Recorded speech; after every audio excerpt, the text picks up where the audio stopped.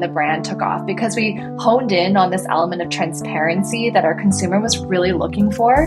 What really works for us today is storytelling. I think creative has never been more important than it is now. Looking back at growth of the OG D2C companies, they could just put any stat in a cup there, put some ad dollars behind it and probably get revenue. That's not the case anymore. You really do have to tell a story, form an emotional connection with the consumer. We've been through it all. I mean, going back to the scrappy days where I was our PR agency, I made a fake alias. Her name was Jenny, and I would email editors as if I was our agency and loop people into me to chat. We spent $750,000 on influencers that year, maybe made 30 grand in sales.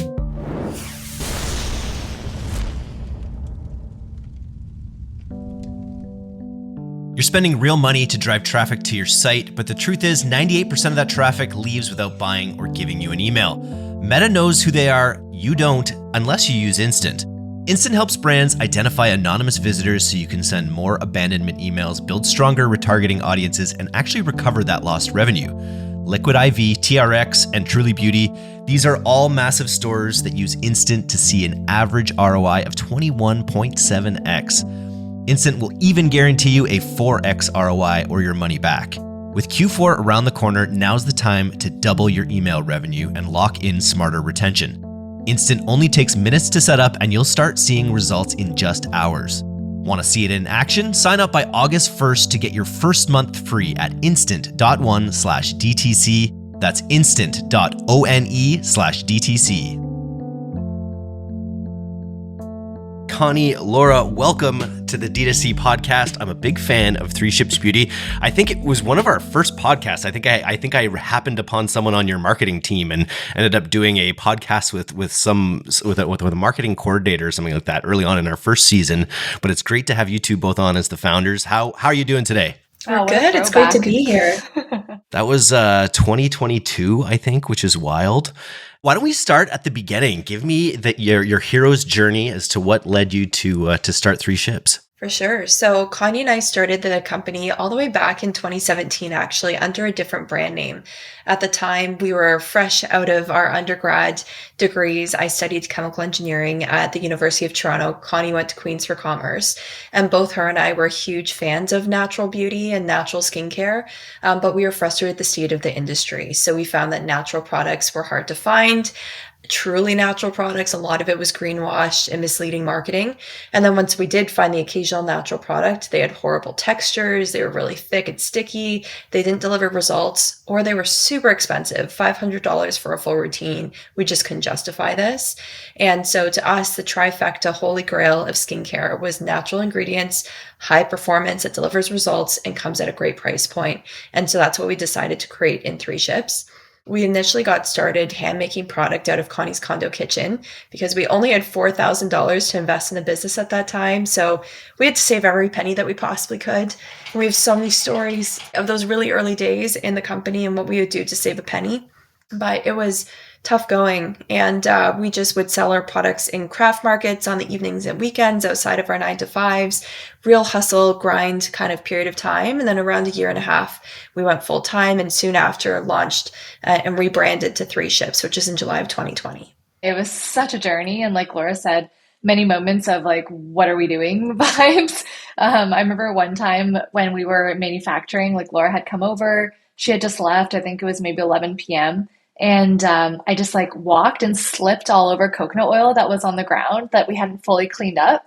And I will always remember this because I landed face first on the ground. It was like pitch black outside. And I was just thinking like, what am I doing with my life? But it was just one of those moments that you reflect on, you pick yourself up and you're like, okay, on to tomorrow. And so like Laura said, we rebranded to Three Ships in 2020. And that's really when the brand took off because we honed in on this element of transparency that our consumer was really looking for. And that was also when we were able to start to outsource the manufacturing to local manufacturers in Toronto, which allowed us to switch from just oil-based formulas in my kitchen to more innovative and actually effective science-backed like clinically tested formulas, things that were water-based like cleansers and serums and creams. And that was also when we started to land major retailers like Whole Foods first launched us. And then now we're carried at Credo and the detox market. So Today, you can find 3 ships at over 1,000 retail locations. And also, Amazing. that was the year we were on Dragon's Den. So lots happened in 2020. Talk to me a little bit about the state of green, of green beauty. Essentially, like I hear things on social media all the time about the amount of like harmful ingredients that are actually in some of the like most broadly used skincare products, endocrine disruptors, and stuff like that. What's the state of actual green beauty versus like mass-produced beauty products? The state is very confusing, honestly. So it's a bit of a jumbled mess right now, is how I would describe it. The problem is that there's no actual legal definition for natural. There's no legal definition for clean. There's no legal definition for green or sustainable. And so companies are choosing to use these terms however they want. And it's leading to a lot of consumer mistrust, confusion. They just don't believe any of it anymore, unfortunately. And so 3 Ships is actually a very mission-driven brand. And one of our core goals as a company, and the reason that we exist, is to set a legal definition, to set a standard within the industry, and to be really transparent about everything that needs to change within natural and clean and green beauty. And then something I think that a lot of people don't know is that clean beauty and natural beauty are not the same thing. This is something that people get mixed up with all the time. Clean beauty just means that you use synthetics and natural ingredients, but you don't use a set list of different ingredients. And that list could be 3 ingredients that a brand chooses to avoid, or it could be 300. And that's a problem, is that there's no standard for clean. So a brand could be like, we don't use parabens, therefore we're clean. But they have all these other ingredients of concern that maybe certain consumers are wanting to avoid. On the flip side, natural, which doesn't have a formal definition, but we define as being fully plant or mineral derived, so has to come from nature, can only go through minimal processes after that to extract the actives or refine, change the textures a little bit, but needs to have its original source as a vegetable, plant, a mineral, something that came from the earth. And then green beauty is something totally different about sustainability. So it's very confusing.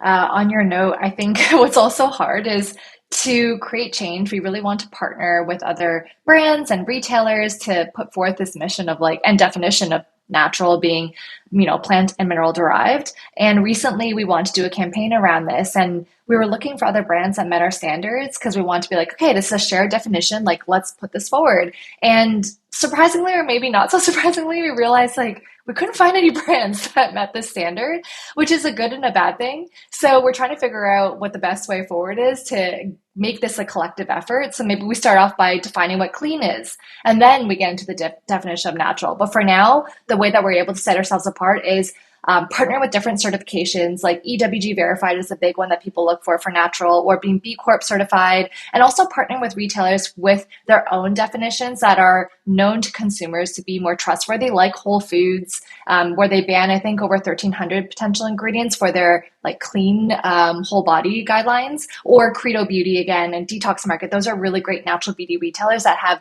their definition of what they avoid and what they allow in their products. But again, there's no set one definition, which is what makes it so hard, and also what makes it so hard for consumers to even trust us as a brand, because they hear these things all the time. You mentioned parabens. Are there any other like big no-nos that you'd say like in the space that people should be aware of? Some really common ones that consumers try to avoid are silicones. Those are things that tend to make a formula feel really silky and soft and smooth and guide over the skin. But those can, they basically just sit on the skin surface and actually isn't good for your skin's overall health. It doesn't allow it to breathe at all. There's also sulfates, which can be really damaging and stripping and drying for the skin, as well as for your hair. It's really common in hair products. So those are some of the top ones that I think are big problems within the industry. Another is fragrance. Fragrance can contain hundreds of different sub-ingredients, and many of those are very, very irritating for the skin. And so that's another ingredient that we don't use and that we typically see consumers try to avoid. And then I think surprisingly, one of the most common ingredients that consumers are allergic to is this replacement for parabens. It's a different preservative called phenoxyethanol, and it's very irritating for the skin. So that's one that we don't use. A lot of other natural or clean brands do because they don't want to use parabens, but it causes allergies very frequently. And then the most recent no viral kind of ingredient is PFAS, or forever chemicals. So these have gained a lot of recognition within mainstream media recently. They're very common in especially color cosmetics and mascaras because it makes products last for a long time throughout the day and makes products waterproof. But they can be very harmful for long-term health, and I think are actually more recently classified as potential carcinogenics. So I feel like that list is just constantly changing, and that's why we really believe that there's a space in the market for natural products, not just clean, because that clean list of what brands are going to avoid is going to change. In 10 years, we're going to know something else, and something else is going to get added to that list. But what about that period of 10 years that you're using all those products? 100%. Where did the name 3 Ships come from? Yeah, so 3 Ships stands for our 3 pillars of the brand, and those are uncensorship, leadership, and partnership. So the first one, uncensorship. We've talked about this a lot already in the pod, but we're all about transparency. Starting from day one, when Laura and I were 23 and starting the brand, we would show everything of what we were doing, including the embarrassing like minimum viable products that we had and how we used to make things in my kitchen. But fast forward to today, even transparency around our team and what they look like, why we haven't created an SPF yet. And like, that's a whole other conversation. Transparency around our ingredients that we use. So we have a fully searchable ingredient glossary on our website where you can find every single ingredient that we use. Going back to that conversation around natural versus clean, most brands, if they even have a glossary, it just says what they avoid. So they're like, oh, we're a clean brand. We don't use parabens, sulfates, SLS. But for us, we're like, no, we want to share everything we use and not just the active ingredients or what we avoid. So there's some examples of transparency. Leadership, we want to be leaders in the space to create a definition for natural. And partnership, this is a big one for us. We partner with our consumers to make products they actually want. We just sent out a survey actually last week, I believe, and we got almost 4,000 responses from our customers with different data points of how we can continue to improve, what they look for, why they buy us. So we really partner with our consumers to create products, again, that they are really looking for. And we also partner with our retailers to make sure that, we're carrying the best retailers that offer the best natural products. Very cool. Take me back to your kitchen. What was the first product that you created? It was actually these coconut oil-based makeup remover wipes because I was using coconut oil to remove makeup at the time. It worked so well, just melted everything off, but came in a jar from Whole Foods, didn't look very good on my vanity, wasn't very easy to use. And so that was the original inspiration behind the product. But it was literally us buying cosmetic like cotton rounds in bulk and dipping them one at a time into like this bowl of liquid coconut oil that we had, like a mixing stainless steel bowl, and we would add different essential oils in there and tinker around. And it was a very manual process. It would probably take us, I'd say, like 2 to 5 minutes, like per unit that we'd be making. And we would buy these jars that were just, again, from wholesale. They weren't custom at all. So the jars were too big for the actual pad. So they'd be rattling around inside of there. We'd be labeling them by hand. So oftentimes the labels would be crooked or not evenly spaced on the sides. And then we had 4 different products of those for the 4 different skin types: dry, normal, combination, and oily. And as we grew, we ended up having to eventually discontinue that product because we couldn't scale up the process. We couldn't find a manufacturer to actually produce them. So that product is forever gone. May she rest in peace. But that was our original claim to fame. Connie kept slipping on the floor too. I could just picture the challenges with that. What's really funny? Actually, what's kind of funny is then after we eventually graduated from my apartment and moved to manufacturing, we were in my parents' basement, and we were actually there manufacturing out of their basement for probably a year and a half. And after we eventually moved out of there and, eventually had our own outsourced manufacturing, my parents said that for years, they would still slightly slip on the stairs because there was so much oil that was just ingrained in the wood. And I was like, this is a problem. They're getting old. We need to make sure they don't fall.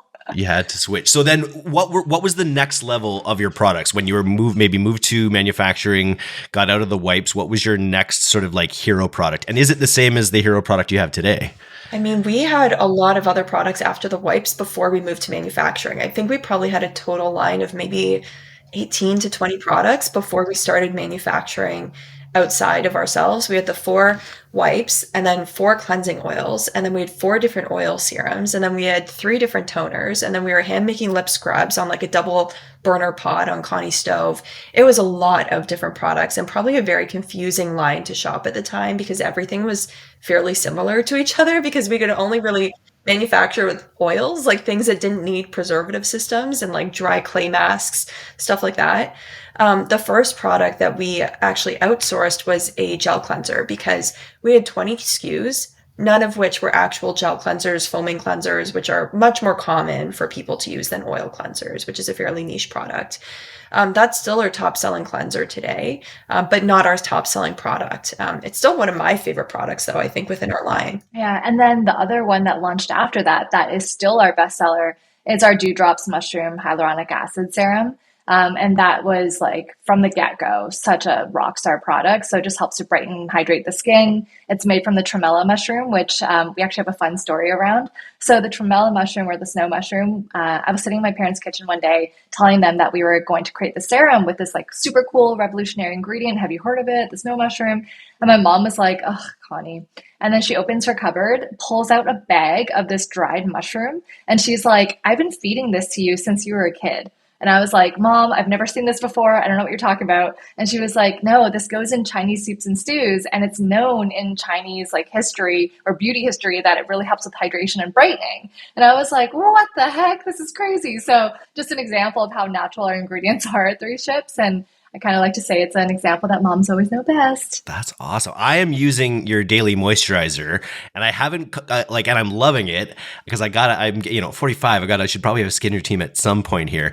And so then should I be putting the dewdrops into the daily moisturizer, or should I be doing those separately? Which I haven't added those in yet. How should I add them into my routine? Separate steps. So you'd want to apply the dewdrop serum before your cream. Okay.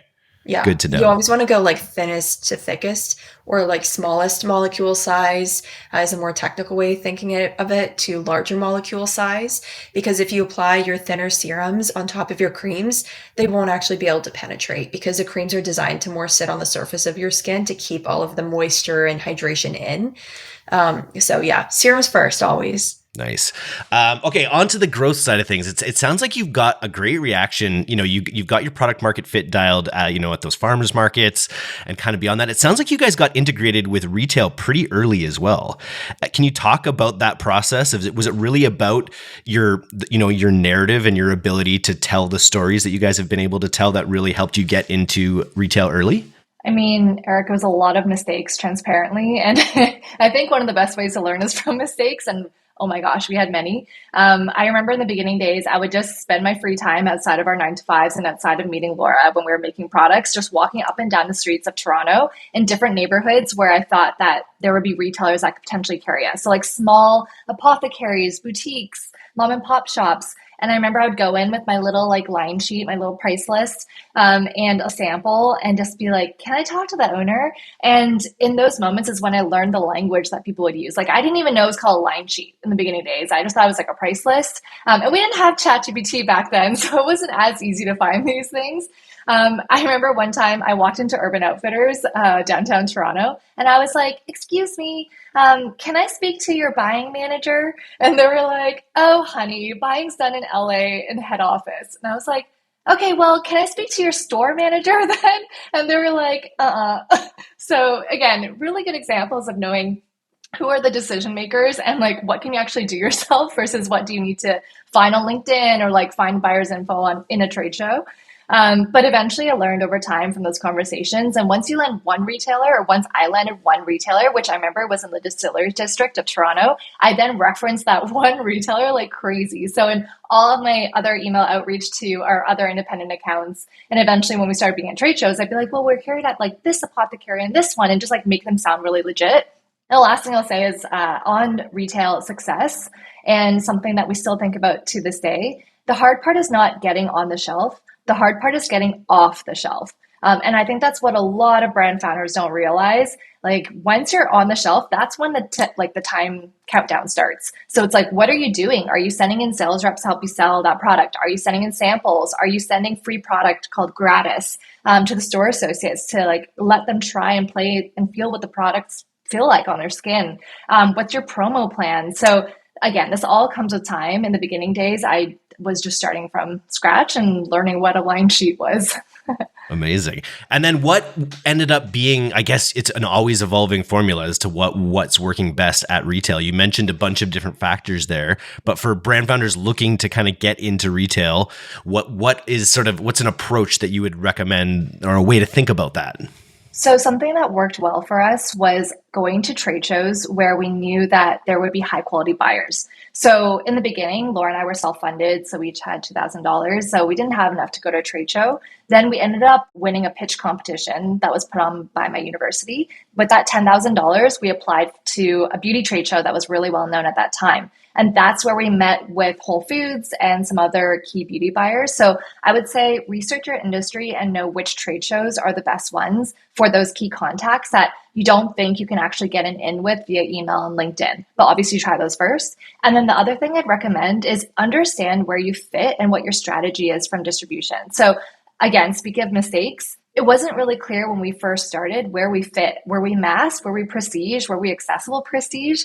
So I remember just pitching the whole gamut of retailers. And eventually it became really clear to us that our positioning at Three Ships is being the accessible brand within prestige retail. And that's where we perform the best, as opposed to being a more expensive brand at a mass retailer. So to your listeners, if you have a product, really understand like who are your direct competitors, which are the best retailers for you, and then don't stray outside of that bucket because you're going to fail if you try to do too much at once. Cool. Well, let's move over to some paid marketing lessons because I know, Laura, that's been something that you've headed up.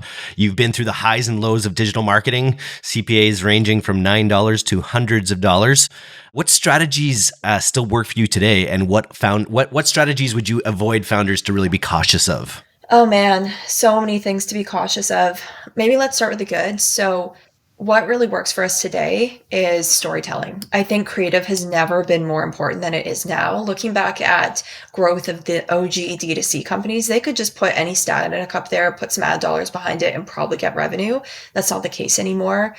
You really do have to tell a story, form an emotional connection with the viewer and the consumer. So for Connie and I, we've really leaned into our brand story, telling about why we got started in this business, talking about our personal lives and some of the challenges that we've had in that. Why do we care so deeply and believe that there should be a change within the natural skincare industry?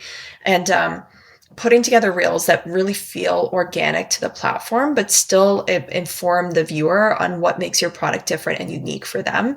So storytelling is massive. Running ads as well from our own personal handles has worked really, really well.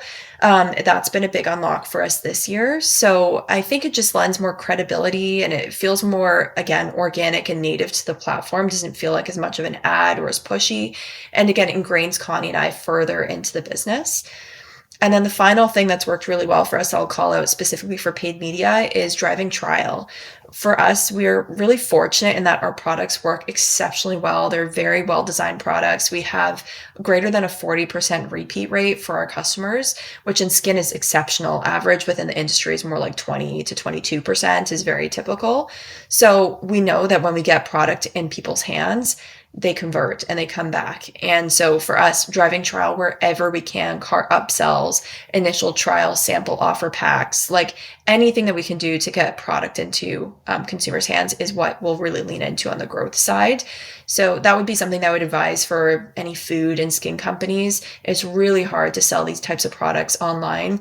Even now, the vast majority of purchases within skin and beauty happen in brick and mortar in retail because the five senses are such an essential part of that journey. People like to smell and feel the product on their skin and like really get to learn and play with the textures. And you can't do that virtually.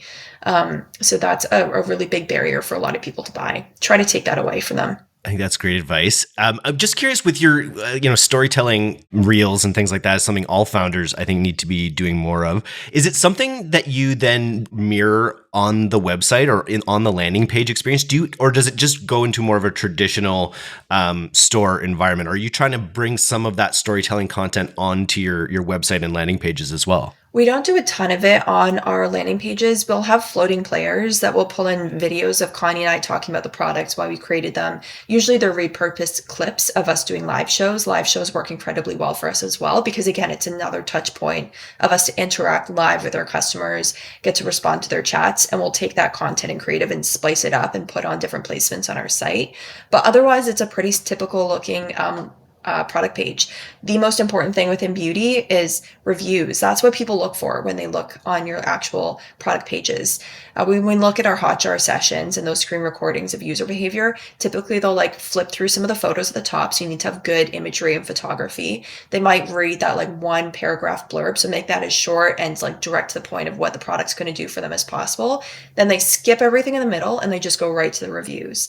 So telling this long story probably isn't going to be the thing that really moves the needle for them, but it'll form that emotional attachment and keep them coming back and keep them telling friends about you, driving word of mouth referrals and sales, which is still our biggest marketing channel, is organic and word of mouth.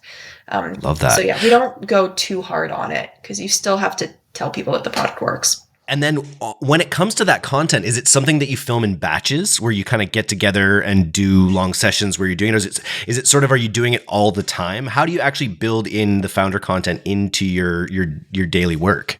That's a great question. Something that we're still perfecting, because Connie and I, when we became founders, we did not think that we were signing up to be content creators too.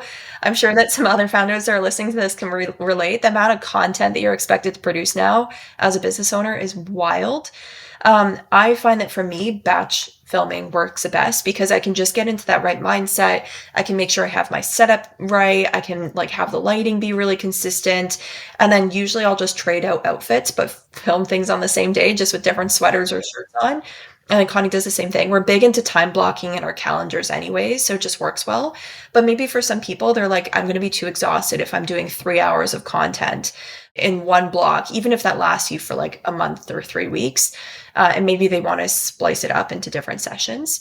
We're also have become really regimented about asking the team to give us actual like shot lists and scripts. If they want us to film something, they need to give us an outline of what they want us to film, not just, hey, film a video of you talking about Brighter Days, which is one of our products. And so they've become great at using like true briefs and scripts. And I think that's really important. It kind of takes away a lot of the burden and hurdle of like, where do I even start? What do I film first? And on that note, also something that if for your listeners, if they do have someone that helps them with scripts, even telling us something as specific as film this while walking and holding the camera because it's more engaging as a hook, and then sit down on your couch.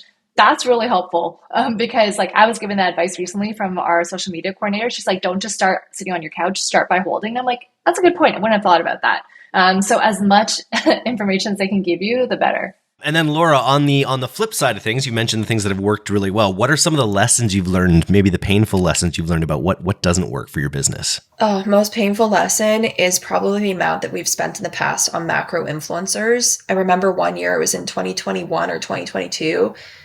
We spent $750,000 on influencers that year, maybe made 30 grand in sales. And like, even for the arguments of brand awareness, I don't think that really translated to revenue, because when they posted, we didn't see these huge spikes in sales, even if discount codes weren't used or whatever. Attribution is very fuzzy and very difficult. And that was a large portion of our marketing budget on these macros. So instead, I would look to doing smaller influencers if you are wanting to go into influencer strategy, or doing seeding and forming genuine relationships. Try to find those up and coming influencers that haven't broken through and don't have like hundreds of thousands of followers yet, because those influencers are just so expensive. It's really hard to see the ROI. So that would be a lesson learned, that I would be very cautious when it comes to going to big influencer contracts and agreements. They have never worked for us. And so even though you got burned there, influencers are still a major part of your growth strategy, just a much more, not macro influencers, micro, actual product seeding, I think is product cool seeding, as well. Yeah, is what it is. And I wouldn't say that's a major part of our strategy. It's definitely an angle of the business, but it's not the area that we spend a large amount of our money on. I think it's important because it gives you UGC content that you can use, but it should never just be like, oh, I'm paying $10,000 for this person to post one story or like one reel. That's just not going to ROI. So it's much more about community building and relationship building is how we think about it, instead of true like influencer marketing. I don't know that really exists anymore in like a true, repeatable, scalable way.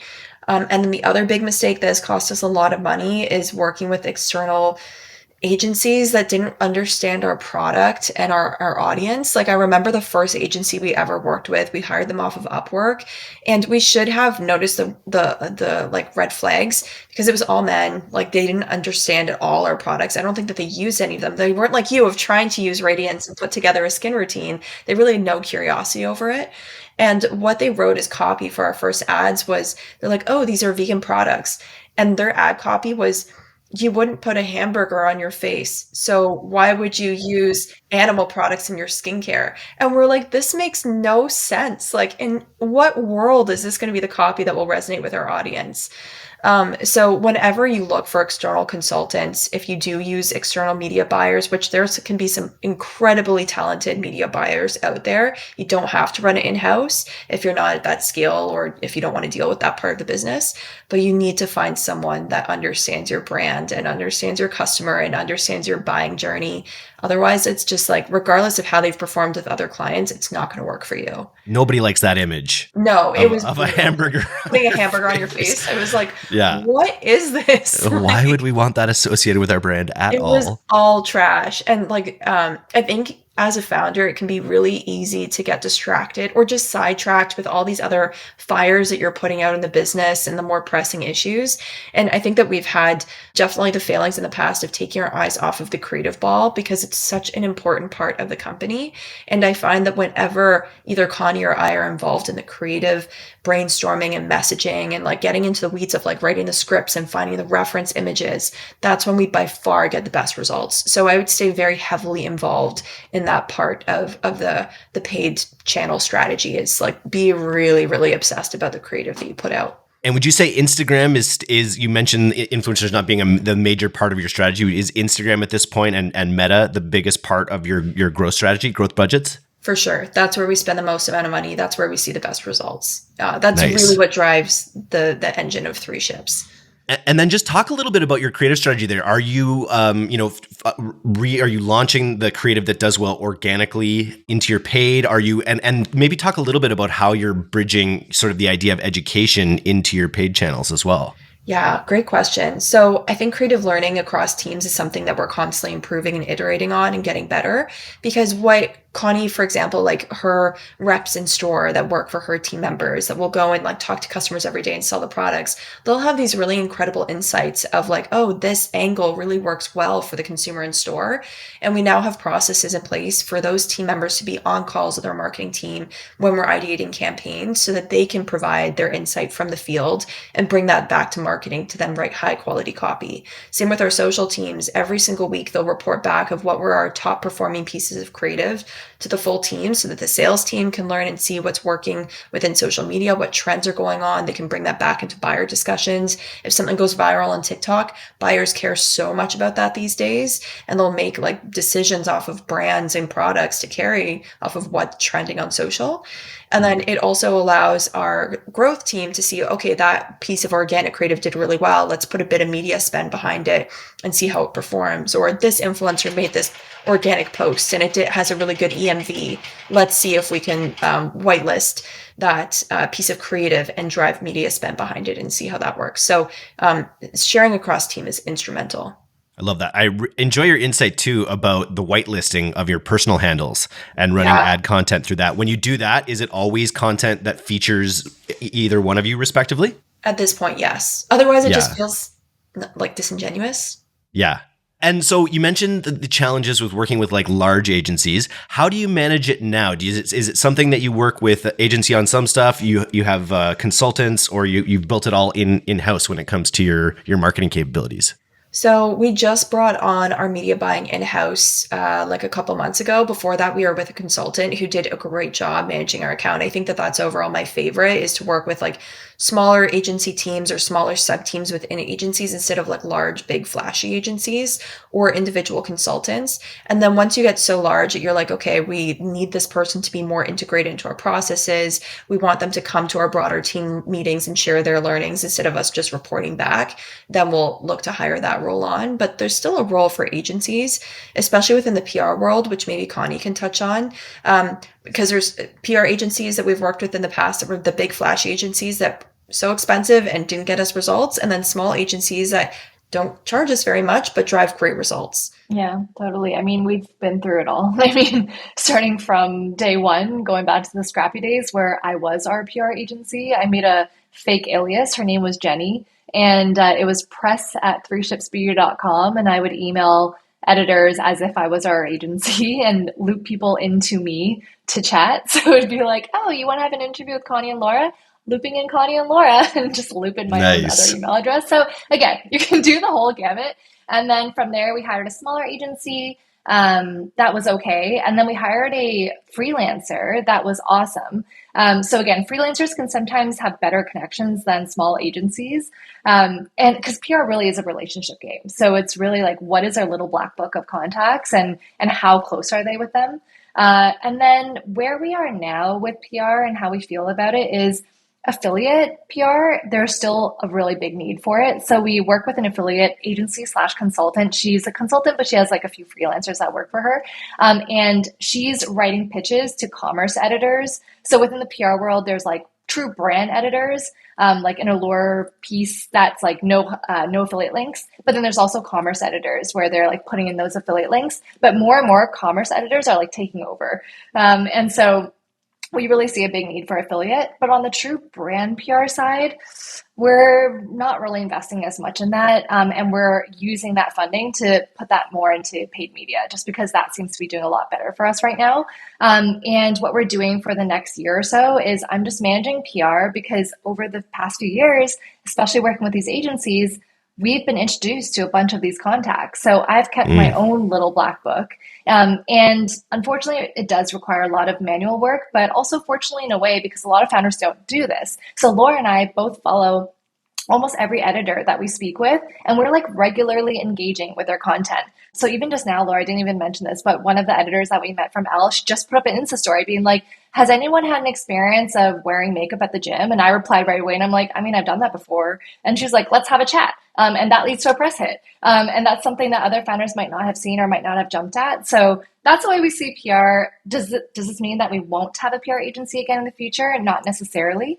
But at the stage of the business, it's not the big line item that we want to be spending on. Talk a little bit about the affiliate side of things. I think that's interesting as well. And so that'll be these. It's funny. I come from affiliate marketing, but a very like kind of sketchy version of affiliate marketing where your people are out running ads on a bunch of offers that they may have. You're talking more about like Elle or Vogue or one of these actual websites that gets paid on a per sale basis, essentially. Yeah. So for example, we have like a great article from Well and Good, and the subject line was, I found a cream that's just as rich and thick as La Mer, but a tenth of the price. And it was talking about our Firm Believer neck and face cream, which by the way is really good. And there's a bunch of links in the article, and it's like Firm Believer, Firm Believer, Firm Believer. And then when you click on it, if you do end up purchasing through a website, they get like, I think a 10% kickback.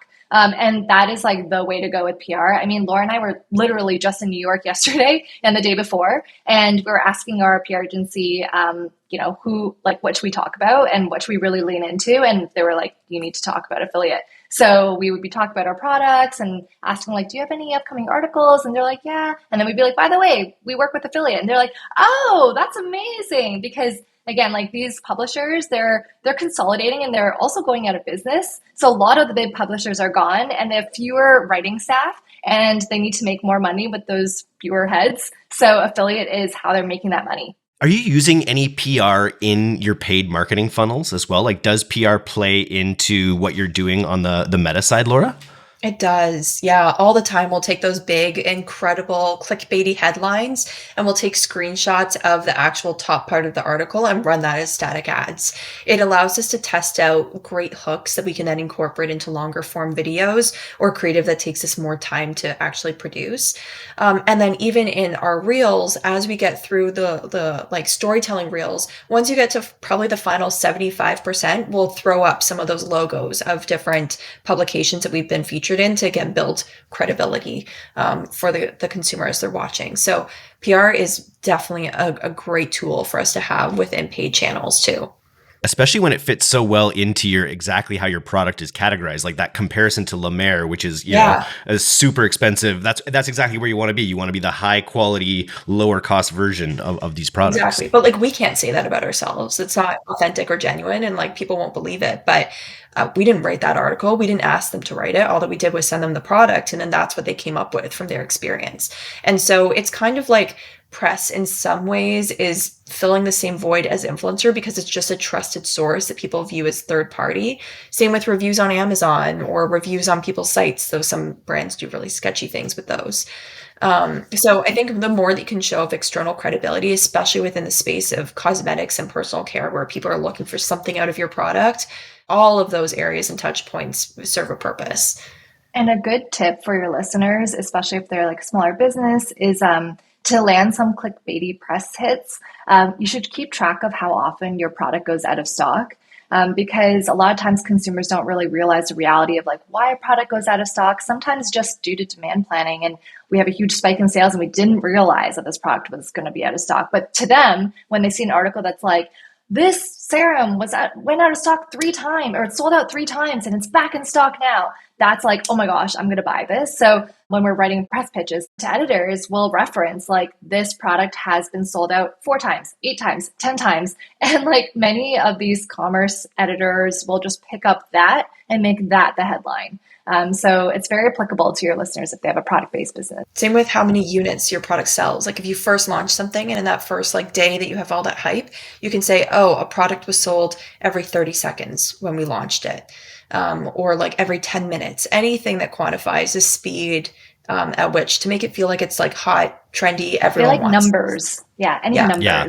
That's funny. That works in the podcast world as well. Any podcast title that has this brand went from this to this, it always does a lot better. It's a basic human fact, I think. It is. It's just more relatable. We can digest it and be like, oh yeah, that's really significant. 100%. So you guys started bootstrapped, and then since then you've taken some different rounds of funding. What are the biggest lessons that you've learned from this journey? I mean, there's so many. Again, how long do we have, Eric? So maybe I'll start off with some, and Laura, feel free to fill in any gaps because we have a laundry list of them. But our first round was in 2019 when we were about to rebrand to 3 Ships in 2020. And that was what we call a friends and family round, even though it wasn't really friends and family because we were too scared to take money from friends and family. We didn't want to make decisions that were too risk averse, knowing that we had a parent's check. So that $135,000 took us like 5 or 6 months to raise because that was the round that we say we made all the mistakes. We had no hard end date. So make sure you have a hard close date. We didn't dedicate 100% of our time to fundraising. So what this meant is we'd get on a call with, let's just say you were interested in investing and we had our first call with you and you're like, okay, let me take this away. Let me review the materials. And then a week later, you're like, okay, let's get on a call. Well, by then, Laura and I had other calls, other work things happening. We'd schedule something for maybe 2 weeks later, and you need to strike when the iron's hot. So what we did for the round subsequent to that, which we closed $1.4 million in 2 weeks, Laura literally slept over at my home, and we blocked off our whole schedule from day to night, no social events either on the weekends. And we would just have calls from like 8 a.m. sometimes, earliest, all the way up to like 10, 11 at night. And we were able to close them so much faster. Also, hiring a really good deck designer is important, at least from our experience, because if you think about it as a founder, you're so in the business that sometimes it's hard to take a step back and realize like, actually, what is it about us that people really find inspiring or impressive? So we worked with a designer where we showed them all our data and we're like, hey, these are our repeat rates. This is like when we started, this is how much we've done. And they crafted the narrative and put it into the slides that Laura and I spoke to. And that worked really well versus the first round. We did it ourselves in Canva. It's kind of cute looking back at what we did and not bad for our first time, no, but it was so bad. I look back on it and cringe. I don't think it was we were so proud of it though. I mean, there were some elements so that proud. were okay. Yeah. I'm sure. I think that's really smart though, going from what you think is the most important, impressive part of your business, then going to a professional who really knows how the audience really thinks about things, right? So they can frame it up to make it easier to digest. Yeah, that was probably the highest ROI $800 that we've ever spent on anything. That $800 deck raised us $1.4 million. Maybe that could be your headline, Eric. Yeah, that's a good one. That's a good one. On top of that, We also were really organized. So we had a dashboard that we created where Laura and I would assign ourselves different contacts that we spoke to because we didn't want to have both of us messaging in threads with the same investor, which is something we still do to this day. Like we assign contacts to each of us, and we would have columns for like percent likelihood to close, what we think the check size would be, when the last touch base was, like when we think it's going to close, things like that. And we had a running tally of how much we thought we were going to close at the bottom. So that kept us hyper organized. Also having a lawyer to do all the chasing down of signing the safe documents and transferring the funds. The first round that we did, we were doing a lot of the chasing ourselves, which like just wasn't the most professional, and you just don't want to be doing that. And it's just good to have a professional to do it. So those are some things. The last thing I'll say, and then maybe Laura, I'll pass it over to you. There's so many, is you should really think about what the most common questions are that investors are asking you as you're doing your calls and document them. Because if you're starting to hear the same question over and over again, you either edit the slide to address that question at the start, so then they know that you're thinking in the same fashion, or you make note to have a talk track to that question throughout the deck. So again, you just need to be anticipating what investors are going to be thinking and then show that you're smart enough to be thinking the same way. Makes sense. Laura, anything to add? Oh my gosh, so many things. I have 3 written down here that I'm like, these would be my big takeaways. One of them is timing is everything. Investors, as much as they'll say, oh, I'm a disciplined investor and I make decisions off of the numbers and the growth of the industry. It's so much of it is FOMO, especially in the early stages. Anything probably Series B is a lot of FOMO driven decision making from the investors' parts. And so if you can time your round with some sort of big news or big event within the business, that's where you'll see the best results. So if you get into a new retailer that they finally said, yes, we're going to be bringing you on, we'll be launching you in 6 months. Start your round after you get that buy-in and that yes. It'll be so much easier for you. Or like that round that we raised in 2 weeks of the 1.4 million, we timed it so that our Dragon's Den episode premiered right in the middle of when that round was going on. So we were able to say like, oh yeah, we just appeared on Dragon's Den, or we're going to be premiering in 2 days. And it really drove a lot of FOMO and hype and momentum behind the brand. And that will do so much good for you. The other piece of advice, or another piece of advice I would give, would be asking for intros every time that you get a no. So most investors will give soft no's. They'll say, love what you're doing. Let's keep in touch. Just a bit early for us, or like just not right now. We are having this other thing going on. They'll come up with some reason that they don't want to invest in you. And really anything that they say that's not a yes is a no. When you get that no, ask, okay, no problem. Like, we'll make sure to keep in touch as we continue to grow. Can we add you to our newsletter, which I'll get to? And also, do you have 2 to 3 people in your network that you think would be interested in taking a look at this? Can you introduce me to them? Connie and I knew literally 0 people, 0 investors before starting the business. We did not come from like wealthy families or big money backgrounds. Our dads weren't in private equity or venture capital. And all the people that we've met through our networks are from intros from people who turned us down. So you can get so much value out of those connections. And then the final thing that I'll mention is these quarterly newsletters I mentioned. When we would do a round, we would take all those people that had invested in that round, as well as the top quality people that we want to keep in touch with that turned us down. We would put them into a mailing list in Klaviyo. And every quarter, we would send out an update to that whole group, where it would be like, this is the area that we could use help, 2 to 3 asks, key KPIs from that past quarter. What did we budget versus what did we actually perform at? And then key wins or key initiatives. And by sending those out, you passively keep these investors that weren't ready to invest in you yet or turned you down for whatever reason. You keep them engaged with the brand and the storytelling over time. They can watch the growth of the company and they can tell like, okay, yeah, they said that they were going to do this and they did it. And they see that behavior over time and can really pattern match. And that's allowed us to be able to raise money so much easier in subsequent rounds because we're keeping these investors kind of warm and engaged throughout those couple of years in between rounds. On that note, when we decided to open our next round, what we did is we looked at those past emails that we had sent out to those investors in Klaviyo, and we checked which ones had opened our emails and which ones had opened them multiple times, because then we knew that those ones were the ones that were the most engaged. So that was really smart. 2 other things, just because we know this is like a big topic people think of. One thing that worked really well for us was the preview videos. So in our last round, what we did is instead of just sending like a couple bullet points about the company, we recorded like a maybe 2.5 minute video of Laura and I talking to the camera and saying like, these are some of the things that we've done recently. We didn't mention our exact revenue, but we said, if you want to learn more, hop on a call with us. And the number of times that investors told us we'd never seen anything like that, and like, we are going to recommend this to everyone, was insane. So highly recommend you film a preview video because they're so used to getting all these random pitches via email.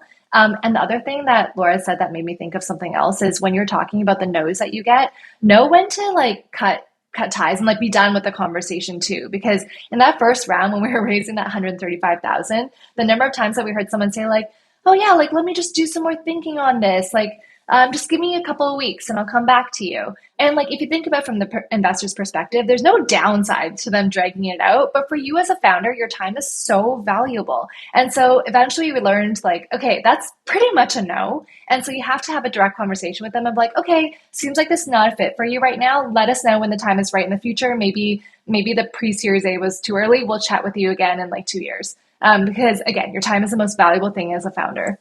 Just absolutely great advice. There's like 5 more questions on my list here, but we're already at time. So I guess it means you're going to have to come back. I know we've got some fun stuff cooking up as well with a potential, partnership in the future, which we'll just tease. And maybe that'll come to fruition soon. But otherwise, thank you both for making the time and coming on the D2C podcast today. Super excited for your journey and to keep following you guys. Yeah, thanks. This was great. Our pleasure. Thanks for having us. If people want to follow your journey a little bit more, where do you recommend they do that? On LinkedIn, maybe? Instagram is great. So at 3shipsbeauty, or Laura's handle is laura.a.thompson with a P. And mine is at It's Connie Lo. So ITS, CONNIELO. I would say like our personal Instagrams are where we post the most. We should really get on LinkedIn more. It's just not really an area that either of us are interested in. Fair enough. That means you'd crush there. It reminds me of my old job in sales. I was in tech sales before going full time. And so pretty much most people that are on there that I follow or follow me are like people in marketing tech. And I'm like, I don't think this is the audience I really wanted to speak to. No. Yeah. Although a founder recently recommended, she was like, hey, a lot of buyers are on LinkedIn. You need to be posting more. And I'm like, so now I'm building into my process. Every week I need to review LinkedIn again. So if you have any tips, Eric, feel free to send them our way. Get back on it. Nice. Cool. All right. Well, we'll talk to you again soon. Thanks for coming on today. This was fantastic.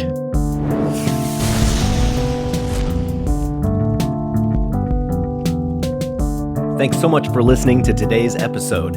If you're not a subscriber to our newsletter, you can do that right now at directtoconsumer.co. I'm Eric Dick, and this has been the D2C Podcast. We'll see you next time.